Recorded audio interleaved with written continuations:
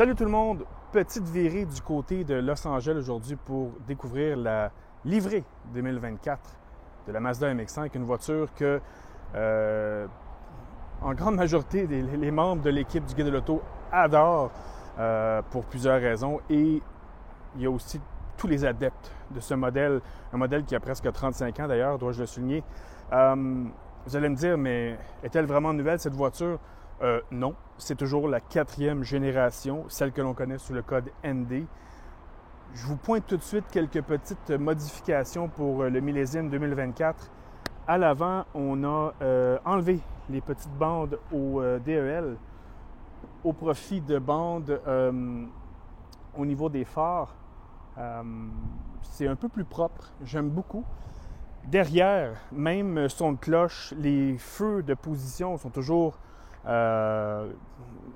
très similaires à ceux du modèle introduit en 2015, mais les concepteurs de Mazda ont redessiné un peu la façon que le cercle...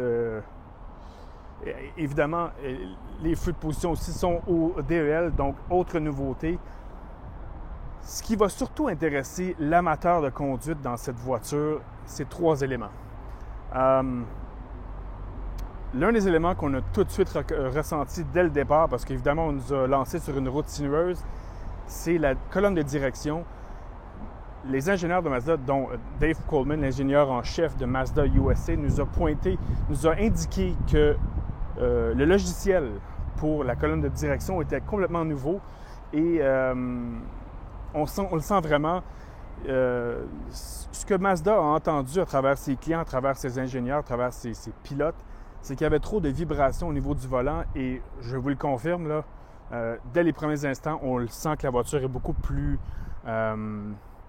moins vibrante. C'est moins dur à tenir en main et d'ailleurs, la direction est beaucoup plus rapide dans les premières courbes très prononcées. Un simple coup de volant très léger suffisait à faire tourner la voiture, donc assez impressionnant de ce côté-là. Autre particularité du millésime 2024, le différentiel a été troqué, a été changé cette fois-ci pour... les clients se plaignaient que la voiture était un peu trop portée à déraper dans les virages très prononcés, les virages en épingle. Et avec ce différentiel, c'est un peu plus contrôlé, c'est un peu plus naturel comme réaction. Et l'autre aspect que j'ai beaucoup aimé, d'ailleurs je l'ai essayé presque toute la journée, c'est le mode, le contrôle de stabilité en mode piste ou track en anglais. Un petit bouton avec un drapeau à damier dessus. C'est un peu l'intermédiaire entre la voiture qui a toutes les aides à la conduite et la voiture qui n'a absolument rien et qui peut perdre contrôle rapidement parce que, rappelons-le, c'est une MX-5, il s'agit d'une propulsion. Ce que ce mode fait, c'est qu'il est plus permissif, mais il garde quand même quelques paramètres en fonction, donc il y a moyen de s'amuser, mais sans perdre le contrôle, ce qui est une excellente chose dans les circonstances. Outre cela, je peux vous dire, je ne sais pas si ma chevelure en témoigne, j'ai roulé presque toute la journée à toit escamoté, à toit enlevé. J'ai sûrement un coup de soleil dans le visage, j'ai les cheveux complètement défaits. C'est une... on ne se tanne pas, on ne se lasse pas de cette voiture. Ce n'est pas une voiture pour tout le monde, c'est une voiture d'enthousiaste, c'est une voiture qui attire les gens, qui est cérébrale. Et ma simple conclusion, c'est que le millésime 2024 est probablement le meilleur de la lignée.